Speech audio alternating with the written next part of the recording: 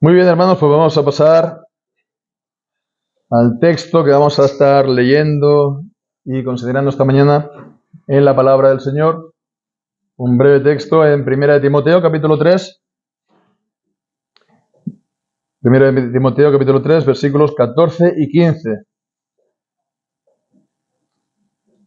Y dice así la palabra del Señor: Esto te escribo, esperando ir pronto a ti, y si tardo, para que sepas cómo debes conducirte en la casa de Dios, que es la iglesia del Dios vivo, columna y sostén de la verdad.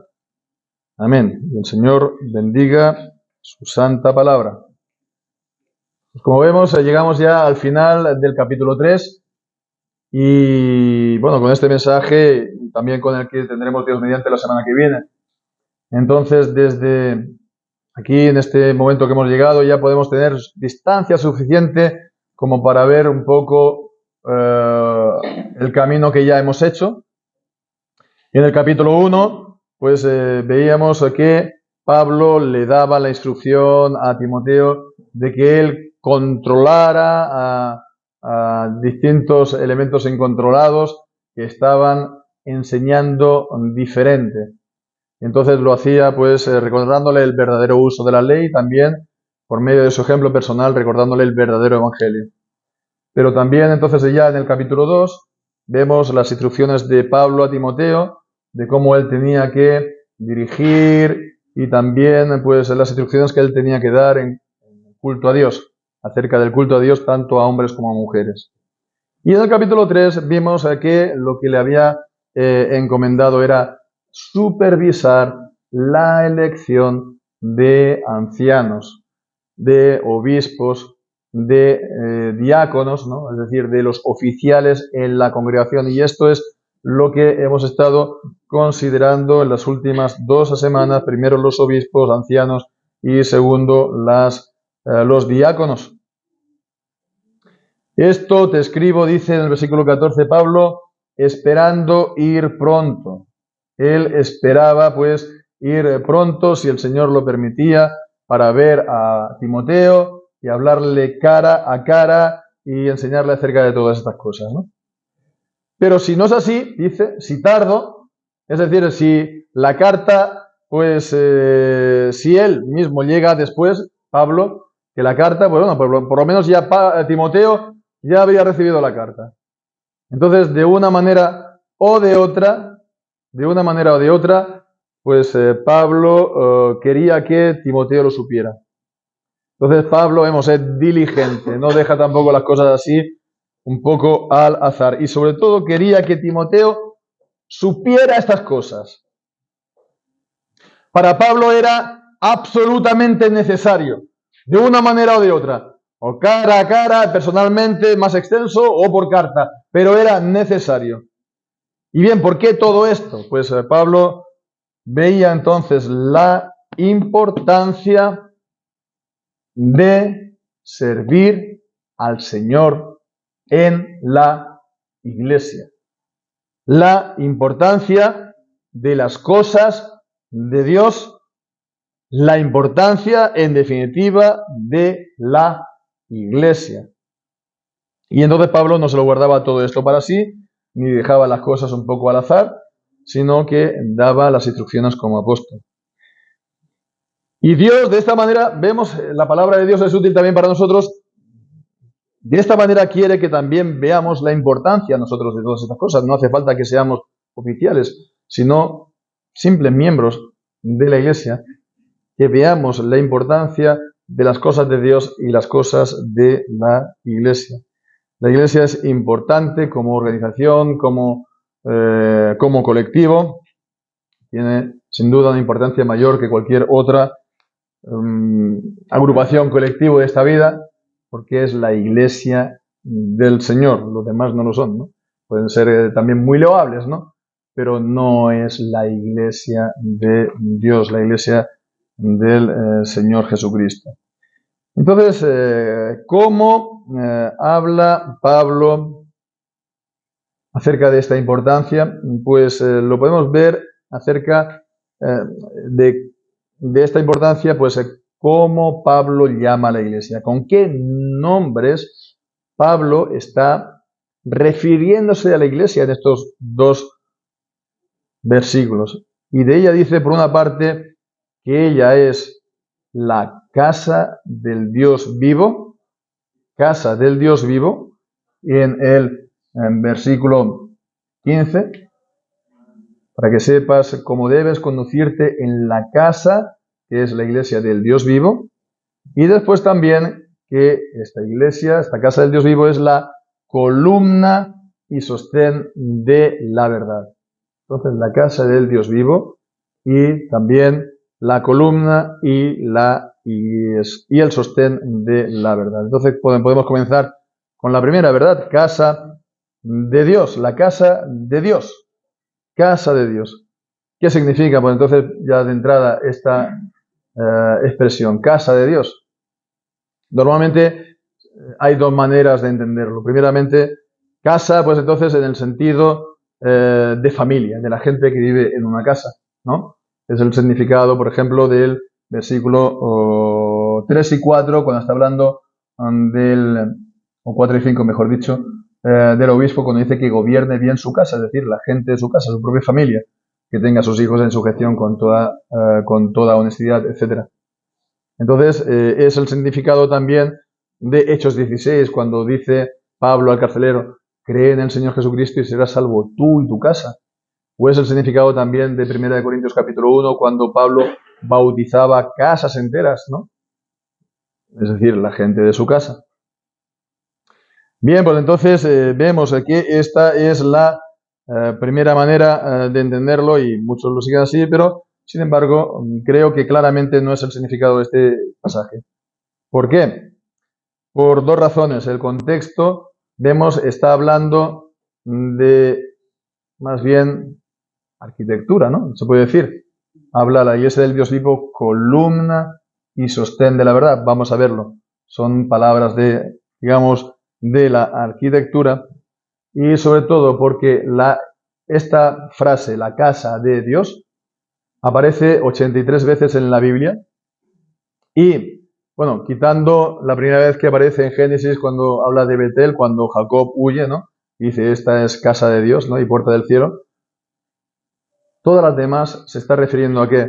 Se está refiriendo al tabernáculo de Moisés, al tabernáculo después de Silo y después también al templo de Jerusalén, sin excepción. Sin excepción. Y aparece 5 veces en el Nuevo Testamento, de las cuales las 2 primeras también está hablando del templo de Jerusalén. Entonces es una expresión, la casa de Dios, en la Biblia para hablar del templo físico, edificación, ¿no? El edificio. Y entonces sería, pues, estaría hablando aquí de la casa de Dios en este significado, el edificio como templo de Dios, ya prefigurado en el Antiguo Testamento como tipo de la iglesia en el Nuevo Testamento. El Antiguo Testamento como templo físico es una figura, un tipo de el templo de la iglesia en el Nuevo Testamento, que es un templo espiritual. Entonces, templo carnal, un templo material hecho con manos, el templo espiritual que es la iglesia. La iglesia es entonces el templo espiritual de Dios, como el templo en Jerusalén, pues de la misma manera que allí se adoraba a Dios y se presentaban los sacrificios de animales y se cantaba con instrumentos de música, etcétera, etcétera. Así también ahora la iglesia es el lugar no donde presentamos sacrificios sangrientos, sino son los sacrificios espirituales, las oraciones, las acciones de gracias, ¿no? De la misma manera también que en el templo, pues el sacerdote, el sumo sacerdote, entraba en el lugar santísimo una vez al año y con sangre de animal. Pues ahora, nos dice la epístola a los Hebreos, tenemos todos los creyentes libertad para entrar en el lugar santísimo por la sangre del sacrificio de nuestro Señor Jesucristo. Es decir, a la misma presencia de Dios. Esa presencia de Dios que estaba pues prefigurada en el Antiguo Testamento con el arca del pacto, sí, en el lugar santísimo, cubierta de los querubines de oro, etc. Pues esa presencia está ahora en la iglesia. Por eso somos el templo del Señor. En 1 Corintios dice que la iglesia es el templo del Espíritu Santo. Es morada de Dios. Dios, pues, habita en la iglesia, la preside sus reuniones, sus asambleas, y pues está presente espiritualmente de una manera muy especial en las ordenanzas, en la predicación de la palabra y en los sacramentos. Bien, pues entonces, aquí también en 1 de Timoteo, Pablo está hablando de esta presencia de Dios. ¿Por qué? Pues porque está diciendo que es la iglesia del Dios vivo. Dios vivo. El Dios vivo. Los ídolos, pues, pueden estar en templos hechos por los hombres, ¿no? Pero esos ídolos son imágenes, son esculturas, son vanidad. Ahí no hay ningún Dios. En la iglesia del vivo no hay ninguna imagen, pero está el Dios vivo. No es una vanidad. Él está realmente presente y Él es el Todopoderoso. Y Él escucha las oraciones de su pueblo. Se complace de su adoración y escucha sus oraciones para bien. Vemos que entonces la idea del Dios vivo con estar en la presencia realmente de Dios lo encontramos, por ejemplo, en el Salmo 42 y versículo 2. Salmo 42, 2, la podemos leer ahí. Mi alma tiene sed de Dios, del Dios vivo. ¿Cuándo vendré y me presentaré delante de Dios? Oh, el Salmo 84 y versículo 2. Salmo 84, versículo 2.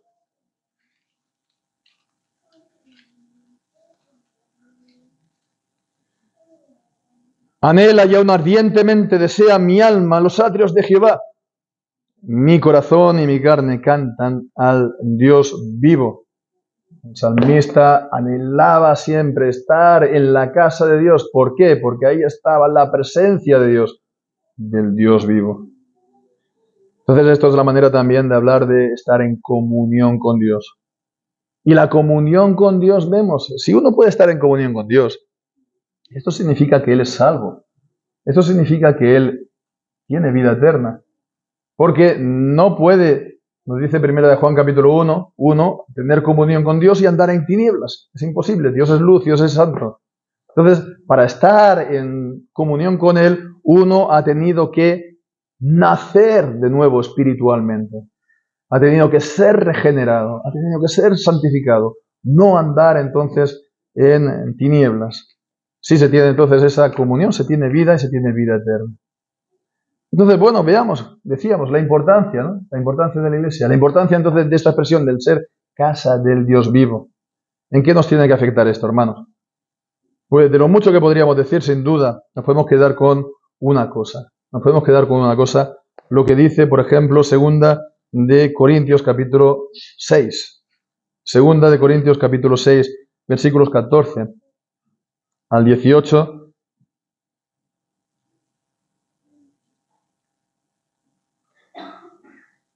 No os unáis en yugo desigual con los incrédulos, porque ¿qué compañerismo tiene la justicia con la injusticia? ¿Y qué comunión la luz con las tinieblas? ¿Y qué concordia Cristo con Belial? ¿O qué parte el creyente con el incrédulo? ¿Y qué acuerdo el templo de Dios con los ídolos? Porque vosotros sois el templo del Dios viviente. El templo del Dios viviente o del Dios vivo. Como Dios dijo, habitaré y andaré entre ellos, y seré su Dios, y ellos serán mi pueblo. Por lo cual salid de medio de ellos y apartaos, dice el Señor, y no toquéis lo inmundo, y os recibiré, y seré para vosotros padre, y vosotros me seréis hijos e hijas, dice el Señor Todopoderoso. Oh Santiago, capítulo 4, y versículos 4 y 5. Santiago 4, 4 y 5. Adúlteros y adúlteras, ¿no sabéis que la amistad del mundo es enemistad contra Dios? Cualquiera, pues, que quiera ser amigo del mundo, se constituye en enemigo de Dios. ¿Pensáis que la Escritura dice sin causa, el Espíritu que mora en nosotros nos anhela o nos desea celosamente, con celo? Vemos, ser casa del Dios vivo por medio de nuestro Señor Jesucristo, en nuestro Señor Jesucristo, significa, por una parte, que Dios nos anhela celosamente a cada uno de los miembros y a cada uno por nombre. Y que no nos quiere compartir con ningún otro. Dios es un Dios celoso y no nos quiere compartir con ningún otro. Él quiere tener la exclusividad en nuestros corazones. Como es así también en su corazón. Dios ama en Cristo a los suyos con un amor inalterable, un amor eterno, un amor constante. Nuestro deseo, nuestro amor por Él, bueno, pues no es perfecto como el suyo, pero por lo menos nuestro amor por Él ha de estar por encima de todas las cosas. Al Señor tu Dios amarás con todo tu corazón, con toda tu alma, con toda tu mente, con todas tus fuerzas. El amor de Dios por encima de todas las cosas. Ese amor solamente ha de ser para el Señor. Podemos amar a la mujer, a los hijos, a los amigos, a la familia y todo lo demás. Podemos amarlo, ¿sí? No hay ningún problema. Pero no podemos amar a ellos igual o por encima de Dios. De manera muy práctica, esto se puede ver en las prioridades, hermanos. Por encima de todo, antes de cualquier cosa, nuestro deseo ha de ser, pues, el Señor, estar delante de Dios, estar en la presencia de Dios, y esto de una manera muy práctica en los cultos. Y esto de las prioridades en los cultos también se puede ver de una manera muy práctica. Esta semana pues ha habido cierto revuelo, ¿verdad?, de anuncios de iglesias que lo anuncian a bombo y platillo como si fuera algo muy espiritual y muy digno de ser seguido. De que, por ejemplo, sabéis, la semana que viene se celebra Navidad, entonces como es la celebración de comida familiar, pues hay, iglesias que han decidido suspender cultos, ¿no?, para no molestar.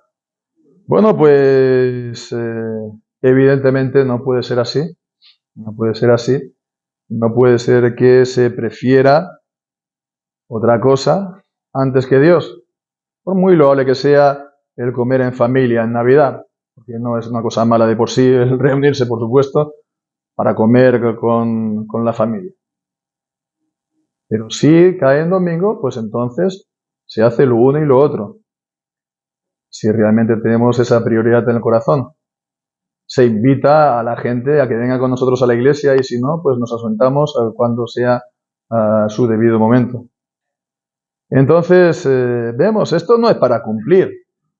No estamos aquí para cumplir, no estamos aquí pues para el que dirán o porque, no, es que el pastor o lo demás me obligan, me vigilan. No es esto. Es que hemos visto que el Señor nos anhela celosamente y quiere tener, por supuesto, esa exclusividad en nuestro corazón. Amarás al Señor tu Dios con todo el corazón, con toda el alma y con todas las mentes y las fuerzas. Y esto de estar por delante de todas las cosas. Esto es lo primero que dice, por lo tanto, aquí el apóstol Pablo. Y lo segundo, entonces, en 1 Timoteo 3 y versículo 15, dice: la iglesia del Dios vivo, columna y sostén de la verdad. Y esto es una expresión extraordinaria del apóstol Pablo. Si miramos, por ejemplo, textos como 1 Corintios 3 o también Efesios 2, ahí también está hablando de la iglesia como templo. Podemos leer allí también en el 1 Corintios 3, el versículo 11. Vemos allí, podemos leer allí, venga. 1 Corintios 3, 11 dice: porque nadie puede poner otro fundamento que el que está puesto. Vemos, el cual es Jesucristo. El templo y el fundamento de la iglesia, Jesucristo. Leemos ahora también en Efesios 2, 20 y 21. Efesios 2, 20 y 21. Edificados, bueno, primero está hablando de la iglesia también como templo de Dios, ¿no? En el versículo 19, y dice, edificados sobre el fundamento de los apóstoles y profetas, siendo la piedra principal, la piedra angular, Jesucristo mismo. Entonces Jesucristo mismo es la piedra angular del templo, algo muy parecido a lo que dice en 1 Corintios 3. En ambos pasajes entonces es Cristo, por lo tanto también el mensaje acerca de Cristo, la fe en Cristo, ¿no? Que es el fundamento de la iglesia. Pero decía, esto es extraordinario lo que está diciendo aquí el apóstol Pablo, porque aquí lo que dice es diferente. Volvemos otra vez aquí a 1 Corintios, dice que es la iglesia, la columna y el sostén de la verdad. De la verdad, vemos un poco el cambio, la diferencia. Porque antes es Jesucristo y la palabra y la verdad, que es el fundamento de la iglesia. Y aquí está diciendo que la iglesia es la columna y el sostén o fundamento de la verdad. La columna es, pues eso, son los pilares estos que están verticales, como esta, ¿no? Sosteniendo las plantas, ¿no? Y también sosteniendo el tejado de la casa para que no se caiga. Y el sostén es un término también que habla de la base, del fundamento, ¿no? Que sostiene por la base. La columna está visible, ¿no? Normalmente. El fundamento no. Pero es lo que sostiene. Entonces vemos, está diciendo que la iglesia es la columna y la base o el sostén de la verdad. Bien, por eso es, digo, extraordinario que la iglesia es lo que sostiene la verdad. La verdad, por supuesto, es la palabra de Dios. Juan capítulo 17. Santifícalos en tu verdad, tu palabra es verdad. Y bueno, pues muchos utilizan esto como pretexto, ¿no? Y hablan de su iglesia, no vamos a decir nombres, pero nos podemos imaginarlo, que por esta declaración, por ejemplo, endiosan a su iglesia por encima de la palabra de Dios. Y dicen, ves, la palabra de Dios es imperfecta, la palabra de Dios es impotente, necesita de la iglesia para que la iglesia diga, por ejemplo, cuál es el canon de la escritura, para que la iglesia pues dé cuál es ponga un poco de orden en todo lo que aquí está tan revuelto en la palabra y que nos dé realmente lo que no está nada claro en la Biblia, ¿no? Entonces la iglesia está por encima de la palabra de Dios realmente. En ellos se endiosa la iglesia de esta manera. Bien, pues ellos hablan, y además oficialmente, de la iglesia como una fuente de verdad, una fuente de la revelación, juntamente con la palabra de Dios. Pero esto está evidentemente completamente equivocado, porque Dios es Dios. Porque Dios es el Dios vivo y porque la palabra de Dios es palabra, dice Hebreos, viva y eficaz. No es un Dios vano y la palabra de Dios no es vanidad. La palabra de Dios es viva y eficaz y es perfecta. Es perfecta. Y bien, pues entonces, sí, es columna y sostén de la verdad. ¿Por qué? Porque Dios ha querido utilizar la palabra, a la iglesia como un instrumento para sostener o poner en alto la verdad de la palabra de Dios. Es simplemente esto.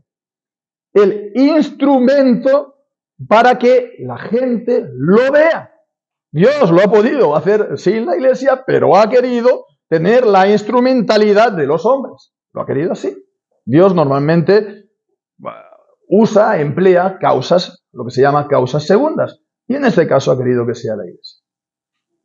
Bien, pues entonces Dios ha confiado a la iglesia la verdad de la palabra de Dios. Lo hizo ya en el Antiguo Testamento, leemos en Romanos capítulo 3, a Israel le confió su palabra. Vemos allí, capítulo 3, versículos 1 y 2, dice, ¿qué ventaja pues tiene el judío o qué aprovecha la circuncisión? Dice, mucho, en todas maneras. Lo primero, ciertamente, que las palabras de Dios les han sido confiadas. Oh, Romanos capítulo 9 y versículo 4, está hablando también de los israelitas según la carne. Los israelitas, de los cuales son la adopción y la gloria y los pactos y la promulgación de la ley y el culto y las promesas, todas las cosas que Dios ha confiado a Israel, todas las cosas que Dios ha confiado también a la iglesia. La palabra de Dios nos ha sido confiada también. Y entonces la palabra de Dios ha de ser mantenida, sostenida, divulgada por la palabra de Dios, comenzando ya pues por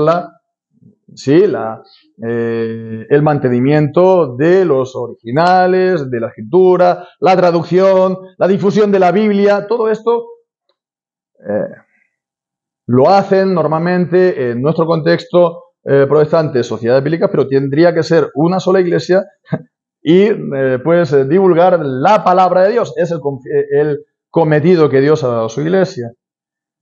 Por una parte, le ha dado la palabra de Dios para que predique a toda criatura que está debajo del cielo la verdad de nuestro Señor Jesucristo. Y se ha de predicar toda la palabra de Dios, todo el consejo de Dios, todo el consejo de Dios. Lo que tal vez nos gusta o no sea de nuestro agrado, o lo que sea popular, tal vez. De tal manera amó Dios al mundo, que ha dado a su Hijo unigénito, para que todo aquel que en él crea no se pierda, mas todo tenga vida eterna. Muy poca gente va a objetar algo en esta declaración. Es la buena voluntad de Dios para con los hombres, pero también hay que predicar lo que la gente no le gusta tanto escuchar, acerca de la santidad de Dios, acerca de la justicia de Dios, acerca del juicio de Dios, acerca de que todo lo que nos dice la palabra de Dios, que es necesario absolutamente el creer en el Señor Jesucristo. Él es la verdad, el camino, la verdad y la vida, y ninguno viene al Padre si no es por medio de Él. O en asuntos que podríamos decir éticos o de la ley de Dios. A la gente hoy en día no le gusta escuchar de la palabra de Dios, y mucho menos de la ley de Dios. Pero hay que predicar toda la palabra de Dios y todos los mandamientos de la palabra de Dios. No se puede decir, no, mira, esto es una cuestión delicada hoy en día, vamos a pasarlo por alto, porque nos vamos a meter en problemas tal vez. No, no podemos hacer eso. No podemos aquí decir, no, este sí y esto no. Porque somos siervos de Cristo, ¿no? Somos siervos de Dios. Entonces no es nuestra palabra, es la palabra que Dios nos ha confiado y que algún día tendremos que dar cuenta de lo que hemos dicho y de lo que nos hemos callado. No tenemos ni el derecho, no tenemos la potestad de ser selectivos en la palabra de Dios. No podemos. Entonces lo que tenemos que hacer es predicar toda la palabra de Dios, porque toda ella es verdad, todo el consejo de Dios. Y bien, pues entonces esto también debería marcar también lo que decíamos de las prioridades, ¿no? ¿Cuáles han de ser nuestras prioridades como iglesia? Principalmente la palabra de Dios, la predicación de su palabra. Y no se puede entonces sustituir el culto a Dios y la predicación de la palabra de Dios por otras cosas, no sé, bailes, ¿no? O pues, una sesión de baile, ya sea aquí en la iglesia o fuera, ¿no? Que también, una chocolatada para niños, ¿no? Un paseo por el campo, una excursión ahora, ¿no? Bueno, ahora no, pero cuando venga el buen tiempo. O, lo que hemos dicho, sustituirlo por una comida familiar. Entonces, vemos que Dios nos da este privilegio de poder escuchar su palabra, un ministerio de la predicación, y no podemos entonces desecharlo, sería un desprecio para el Señor, ¿no? Decirle, sí, bueno, pues, como dice Malaquías, no, qué fastidio, ¿no? Qué fastidio, qué cansancio, qué cansino. No, escuchar otra vez, venir al culto y escuchar otra vez la palabra. No, eso es ofrecer un sacrificio ciego, mutilado, una oveja perniquebrada al Señor. Ese es un sacrificio que el Señor no le gusta. Estaremos nosotros presentes, de cuerpo presente, pero no es la actitud que a Dios le agrada, por supuesto. Entonces, la prioridad ha de ser pues la palabra con la actitud pues requerida, por supuesto. Y bien, pues a todo esto ya vamos a concluir, simplemente hacerlo con una palabra, hermanos, también final, acerca de la importancia de esto, de venir a la iglesia, de implicarse uno mismo personalmente para formar parte de la iglesia. Si ya lo somos, que la importancia de que seamos parte de la iglesia, por supuesto. Si uno es, por ejemplo, niño, ¿no? Qué importante es que vengan a la iglesia los niños también, porque todo lo que ellos ven aquí y reciben se les queda impreso en el alma, y esto va a ser pues algo que va a quedarse en su alma para el resto de su vida, y va a ser una luz que les va a estar guiando en el resto de su vida. Si uno es joven, qué bueno es, qué bueno, qué privilegio es conocer a Dios y su palabra y su verdad cuando se es joven, antes que uno pueda coger un camino en la vida que lo pueda llevar muy, muy lejos y pueda recibir muchas cosas malas. Si uno realmente conoce a Dios en la juventud, y la verdad de la palabra de Dios en la juventud es lo mejor. Si uno es ya mayor, ya tiene una familia, qué bueno es haberlo conocido. Y entonces, poder ordenar su vida con la palabra de Dios, y que eso marque de nuevo su vida, pueda restaurar errores pasados, pueda también ayudar con los hijos y ayudar en la vida de la familia. Qué bueno es también que el Señor llame ya personas mayores, ¿no? Ya ancianas, ¿no? Gente que no conoce a Dios, que tiene en la vejez, es simplemente unos cuantos años y ya está, no más. ¿Qué esperanza tienen para después? Entonces, la importancia también, si el Señor nos llama, entonces tenemos ya nuestra esperanza puesta en el Señor de vida y vida para siempre. Bien, pues entonces esto es la importancia, ¿no?, de la iglesia. Y entonces esto tiene que ser, lo que decíamos, nuestro afán y nuestro deseo. Pero no nos olvidemos lo que dice Pablo. Todo esto lo escribo para que sepas cómo debes conducirte en la casa de Dios. Porque está bien venir de domingo en domingo a la casa de Dios, y está bien hacerlo si entre domingo y domingo nos comportamos, dice, como debemos conducirnos en la casa de Dios, de una manera digna de Dios, de una manera digna del Evangelio. Y también se puede decir, a la luz de lo que hemos visto, de una manera digna de la iglesia del Dios vivo. De la iglesia que el Señor Jesucristo compró con su propia sangre, la sangre del sacrificio, para el perdón de los pecados de todos los que creen en Él. Pues que así sea, hermanos, que el Señor bendiga su santa palabra.